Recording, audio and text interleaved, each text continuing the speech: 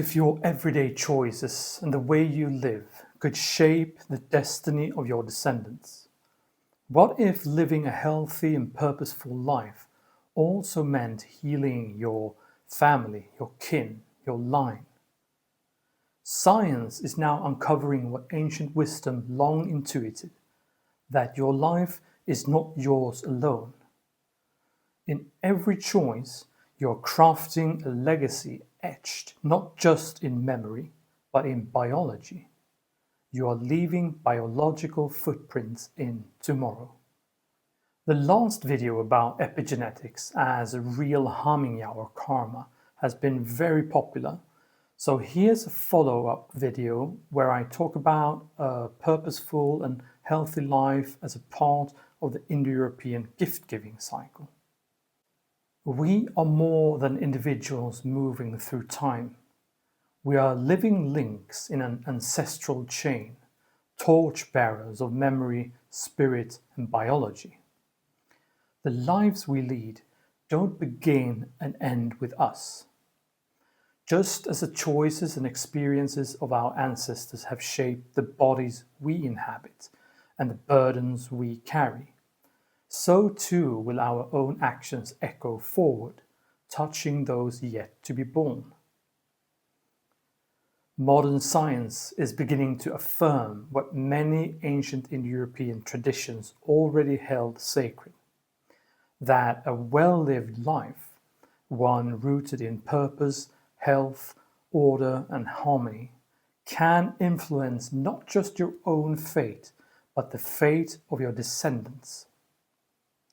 Through the lens of epigenetics, we see that the way we eat, move, rest, relate, and reconnect with nature, for example, can mark our genetic expression in ways that may be passed down.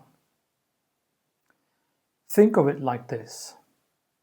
If your genes are the script you inherit, then epigenetics is the set of notes in the margins, the guiding marks that tell the body how to read the script, which lines to emphasize, which to soften, and which to quiet down.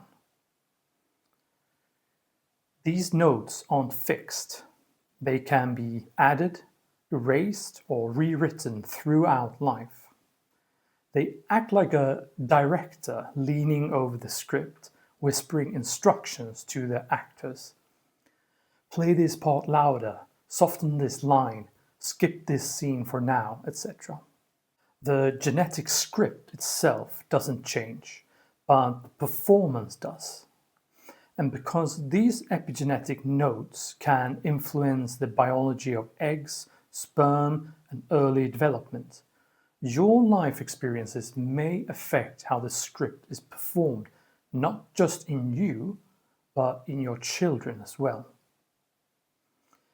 In this view, self-awareness and self-care becomes more than a personal act. It becomes a sacred duty, a dharma. Cultivating peace, strength, and vitality is not just for your own benefit, but part of our offering to the future, to the unseen faces of our kin.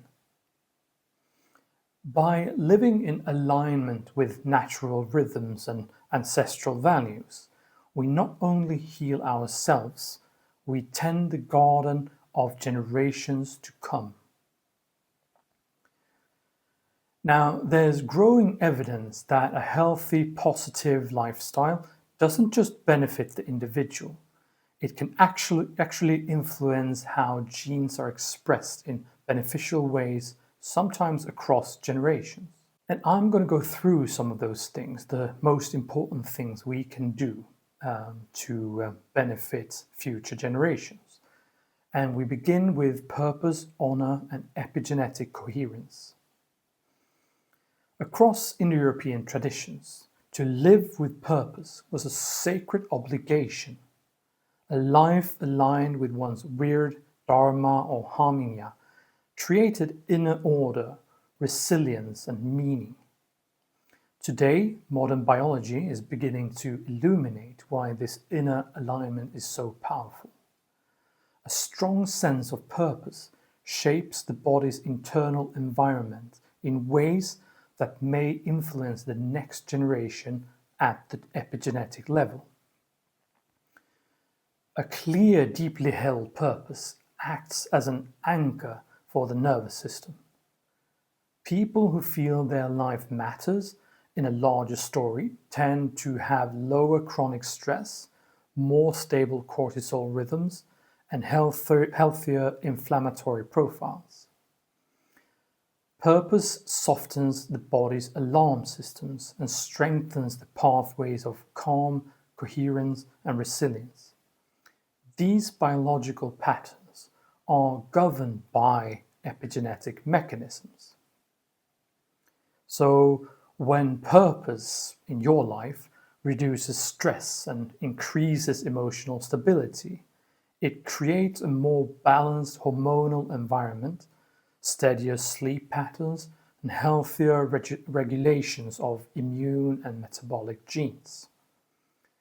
This matters profoundly for future generations. During conception, pregnancy, and early childhood, a parent's internal state shapes the epigenetic landscape of the developing child. A purposeful, grounded parent provides an environment, both biological and emotional, that supports strong stress response systems, healthier metabolic programming, and more adaptive gene expression. There's also emerging evidence that the epigenetic patterns influenced by purpose, through stress reduction, emotional regulation, and healthier behavior in general, may leave traces in reproductive cells. All these factors influence epigenetic markers such as DNA methylation and histone modification. And they are the mechanisms that help control which genes are turned up or down by the director. While research in humans is ongoing, studies in animals and observational human work suggest that the biological markers associated with meaning, purpose, and reduced stress can influence sperm, ova, and the developmental environment long before a child is conceived. That's remarkable. In the Indo-European worldview, living honorably was never just about the self. It was about strengthening the group, the line, tending the unseen roots that nourish future generations. Modern epigenetics echoes this ancient insight. When you live with meaning and commitment, you're not only aligning your own life, you may be shaping the biological foundations of those yet to come. In other words, a life lived in purpose can help shape a physiology that your descendants inherit. So I highly recommend that you check out our programs and exercises for finding and living purpose. That's perhaps the most important thing you can do. And that is what spirituality is, to find your true self and live it. Next, we come to stress reduction and mental well-being. Chronic stress can lead to negative epigenetic changes, especially in genes related to inflammation, immunity, and mood regulation. But the inverse is also true. Mindfulness, meditation, and social connection have been shown to reverse or buffer some of these harmful epigenetic effects. For instance, meditation can reduce expression of inflammatory genes and influence gene pathways related to aging. If your stress response genes are more balanced, you may pass on a more resilient version of those regulatory pathways to your children. And then we have love, bonding, and environment. Emotional warmth and healthy attachment, especially during early development, shape epigenetic patterns in the brain. Children raised in nurturing environments have different epigenetic markers on stress-regulating genes compared to those raised with neglect or abuse, as is so common these days. That's what they want. Secure, loving relationships throughout life help modulate genes involved in mood, immunity, and even learning. So, a calm and emotionally secure parent may pass on a more adaptive neurobiological foundation to their child. Then we have nature and lifestyle alignment. Exposure to natural light, time outdoors, seasonal rhythms, and contact with the natural world have been shown to influence hormone balance, circadian gene expression, and stress regulation. There's even emerging research showing that regular nature immersion may shift epigenetic expression in immune cells, just by you living with and in nature. And these lifestyle patterns may help reset maladaptive epigenetic changes from trauma, giving future generations a cleaner slate. Next, we have physical activity, something we're also lacking in today's society. Exercise changes gene expression in muscle tissue, brain, and fat cells. Even a single workout session can lead to epigenetic changes in metabolic and fat-regulating genes. Regular movement is associated with better expression of genes involved in longevity and lower disease risk. While research here is still early, some animal studies show that offspring of physically active parents have improved metabolism and cognitive function, even if they don't exercise themselves. Also quite remarkable. We come to diet and nutritional epigenetics. Food doesn't just fuel you, it communicates with your genes.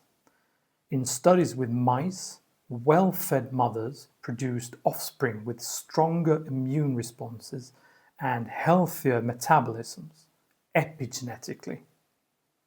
This kind of impact is also observed in humans. And remember what I said about famine victims, etc. in the last video.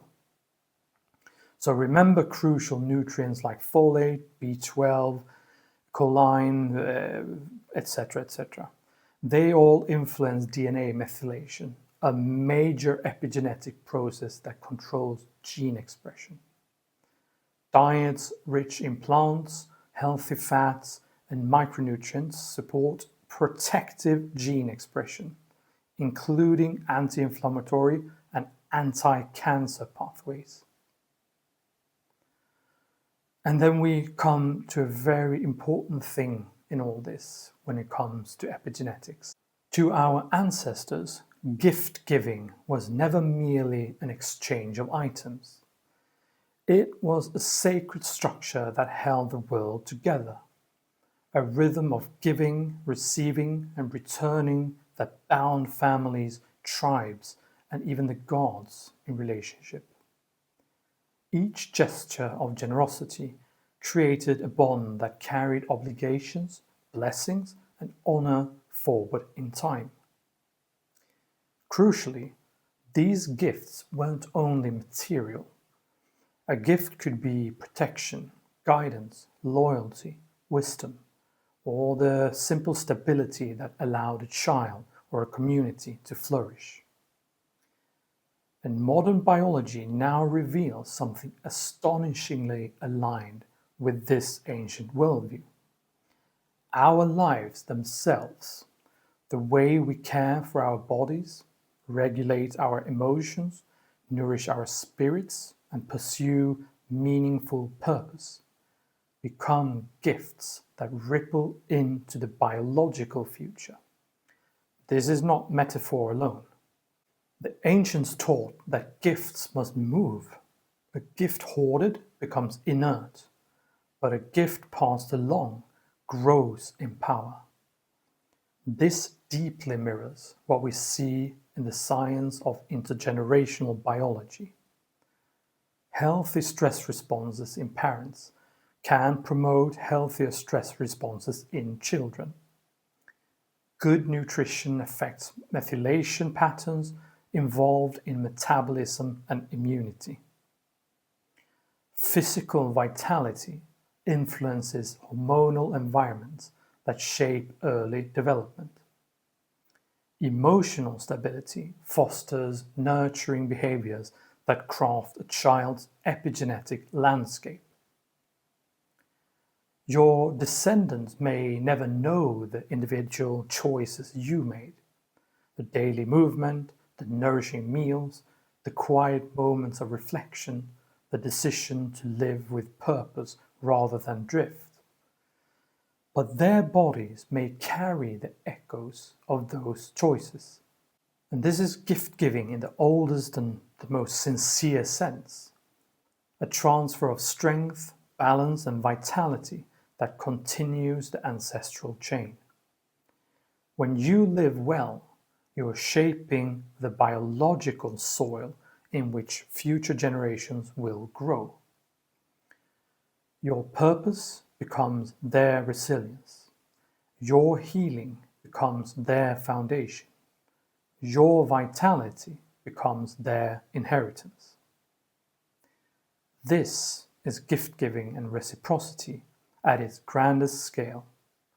A life lived as a gift to those who will someday call you ancestor. Epigenetic positivity is real. Living well isn't just about feeling good. It's about changing your biology for the better. This is the promise of epigenetics, that emotional balance, physical vitality, and spiritual alignment don't just improve your present, they can sculpt a healthier future.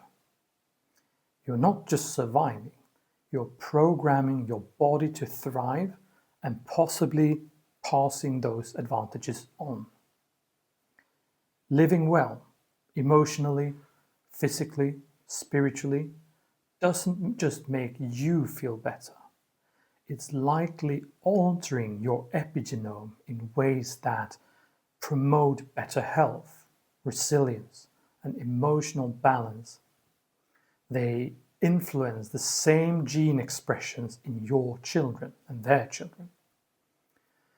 They also potentially buffer or even heal inherited wounds. So yes, it's like a biological echo of good karma. Your healing is your lineage's healing. Living a healthy life aligned with purpose and natural order is the best thing you can do for yourself and the best gift you can give to others. Now that you've watched this video, make sure to take on our programs and exercises for a purposeful and healthy life. And also listen to the Hamingja podcast episode 5 about the importance of the gift-giving cycle.